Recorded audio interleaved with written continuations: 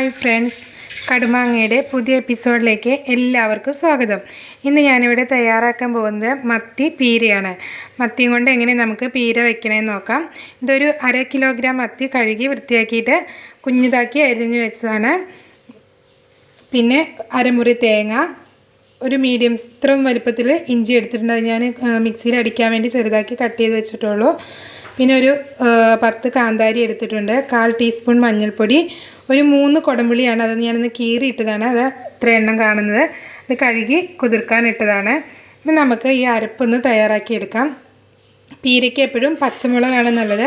കാന്താരി ഉണ്ടെങ്കിൽ കാന്താരി, ഇപ്പോൾ കാന്താരി ഇല്ലാത്തൊരു സാധാ മാർക്കറ്റിൽ നിന്ന് വാങ്ങുന്ന പച്ചമുളക് ഇട്ടാലും മതി. മുളക് പൊടിയൊക്കെ കഴിഞ്ഞ് ടേസ്റ്റ് പച്ചമുളകിനാണ്. നമുക്ക് അരപ്പൊന്ന് തയ്യാറാക്കിയിട്ട് വരാം. ആദ്യം നമുക്ക് കുറച്ച് തേങ്ങയും ഇഞ്ചിയും കാന്താരിയും കൂടി ഒതുക്കിയതിന് ശേഷം, അല്ലെങ്കിൽ അത് അരയില്ല, അതിന് ശേഷം നമുക്ക് ബാക്കി തേങ്ങ ഇട്ട് ഒതുക്കിയെടുക്കാം. ഒത്തിരി അരയണം എന്നില്ല, നമുക്ക് അരപ്പ് തയ്യാറാക്കിയെടുക്കാം. ഇതുണ്ടല്ലേ, മിക്സിയുടെ കുഞ്ഞ് ജാറിലേക്ക് കുറച്ച് തേങ്ങയും മുളകും ഇഞ്ചിയും മഞ്ഞൾപ്പൊടിയും കൂടി ഇട്ട് കൊടുത്തിട്ടുണ്ട്. നമുക്ക് മുളകൊന്ന് അരിഞ്ഞതിന് ശേഷം ബാക്കി തേങ്ങയും കൂടി ഇട്ട് നമുക്ക് ഒതുക്കിയെടുക്കാം. ഇത് അരച്ചിട്ട് വരാം. ഇത് കണ്ടില്ലേ, നമ്മുടെ മുളകും ഇഞ്ചിയൊക്കെ നന്നായി അരിഞ്ഞിട്ടുണ്ട്. നമുക്ക് ബാക്കി തേങ്ങയും കൂടി ഇട്ട് ഒതുക്കി കൊടുക്കാം. ഇഞ്ചി നമ്മൾ അരയ്ക്കാൻ മാത്രമാണ് ഉപയോഗിക്കുന്നുള്ളൂ, വേണമെങ്കിൽ അരിഞ്ഞിടാം. പക്ഷേ അരിഞ്ഞിടണേ കഴിഞ്ഞ് കുറച്ചുകൂടി ടേസ്റ്റായി ഇഞ്ചി ഇതിനകത്ത് ഈ തേങ്ങയിലൊക്കെ കിടന്നൊന്ന് ഒതുങ്ങി കിട്ടുന്നതാണ് ടേസ്റ്റ്. പിന്നെ ഇഞ്ചി കടിക്കണം എന്നുള്ളവർക്ക് വേണമെങ്കിൽ ഒരു കുഞ്ഞു കഷ്ണം കൊത്തി ഇതിനകത്ത് അരിഞ്ഞിടാം. ഞാനിപ്പോൾ അങ്ങനെയല്ല ചേർക്കുന്നത്, ഇതിനകത്ത് അരച്ച് മാത്രമേ ചേർക്കുള്ളൂ. നമുക്ക് ബാക്കി തേങ്ങയും കൂടി ഇട്ട് അരച്ചെടുക്കാം.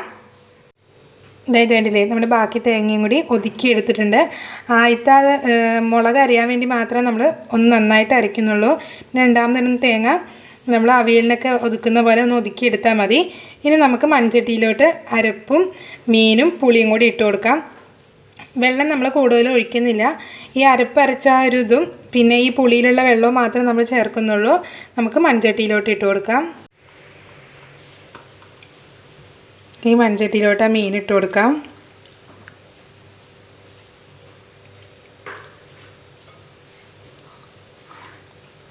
ഇതൊരു 1/2 കിലോഗ്രാം മീനുള്ള അളവാണ് പറഞ്ഞത്. 1 കിലോയ്ക്ക് ആണെങ്കിൽ കൂട്ടി വെക്കണമെങ്കിൽ നമുക്ക് തേങ്ങയുടെ അളവും ഇഞ്ചിയൊക്കെ കുറച്ച് കൂട്ടിയിട്ട് കൊടുത്താൽ മതി. മുളകൊക്കെ നമുക്ക് ആ പുളിയും വെള്ളവും കൂടി ഇതിനകത്ത് നമുക്ക് ഒഴിക്കാം. അതുപോലെ അരപ്പ് ഇട്ട് കൊടുക്കാം. നമുക്ക് മിക്സി കഴുകിയെടുക്കാൻ വേണ്ടിയിട്ട് ആ പുളി ഇട്ട് വെച്ച വെള്ളം ഒഴിച്ചാൽ മതി. ഒത്തിരി വെള്ളമായി കഴിഞ്ഞാൽ നമുക്ക് ആ പീര ഡ്രൈ ആയിട്ട് കിട്ടില്ല, വെള്ളമായി പോവും. അപ്പോൾ ഞാൻ ആ പുളിവെള്ളമാണ് ജാറിലോട്ട് ഒഴിച്ചു കൊടുത്തത്. അത് മാത്രം നമുക്ക് ഒഴിച്ചു കൊടുത്താൽ മതി. പിന്നെ ആവശ്യത്തിന് ഉപ്പ് നമുക്കൊന്ന് മിക്സ് ചെയ്തിട്ട് വേവിക്കാൻ വയ്ക്കാം. ഇതാണ്ടോ, ഈ ആ പുളിയിലിട്ട വെള്ളം മാത്രമേ ഉള്ളൂ. നമുക്കൊന്ന് മീനൊന്ന് ആവി കയറി വെന്താൽ മതി. ഇനി ഇതിൻ്റെ മുകളിൽ കറിവേപ്പിലയും കൂടി ഇട്ട് കൊടുക്കാം.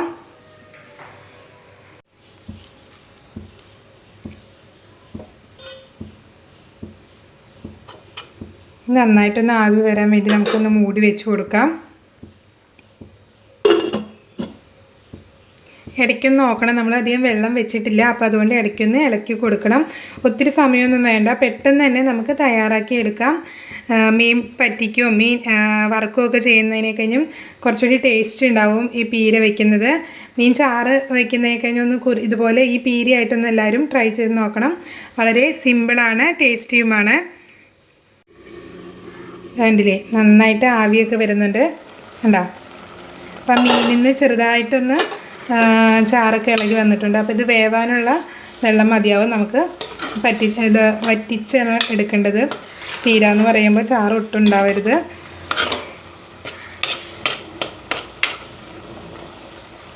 മുന്നത്തെ എപ്പിസോഡിൽ ഞാൻ കൊഴുവ നത്തോലി മീൻ പീര വയ്ക്കുന്നത് ഇട്ടിട്ടുണ്ടായിരുന്നു. അതെല്ലാവരും കണ്ടു കാണുമെന്ന് വിചാരിക്കുന്നു. അതുപോലെ തന്നെയാണ് മത്തി വയ്ക്കുന്നത്. പ്രത്യേകിച്ച് അതിനകത്ത് നമ്മൾ ചേർക്കുന്ന പുളി നമ്മുടെ ആവശ്യത്തിന് ഒരു 3 വലിയ പുളി എടുത്തിരിക്കുന്നത്. അതൊന്ന് കീറിയിട്ടേ ഉള്ളൂ. പുളിയുടെ അളവ് കുറച്ചുകൂടി കൂടുതൽ വേണമെന്നുള്ളവർക്ക് ഒരു ചുള പുളിയും കൂടി ഇട്ട് കൊടുക്കാം. അതുപോലെ എരിവും നമ്മുടെ ഇപ്പോൾ ഞാൻ ഒരു അത്ര എരിവില്ല, ഒരു പാകത്തിനുള്ള എരിവിനുള്ള മുളക് ഇട്ടിരിക്കുന്നത്. എരിവ് കൂടുതൽ വേണം, അപ്പോൾ മീൻ കറിക്കൊക്കെ എരിവ് നന്നായി വേണമെന്നുള്ളവർക്ക് 2 മുളകോട് കൂട്ടിയിട്ട് കൊടുക്കാം.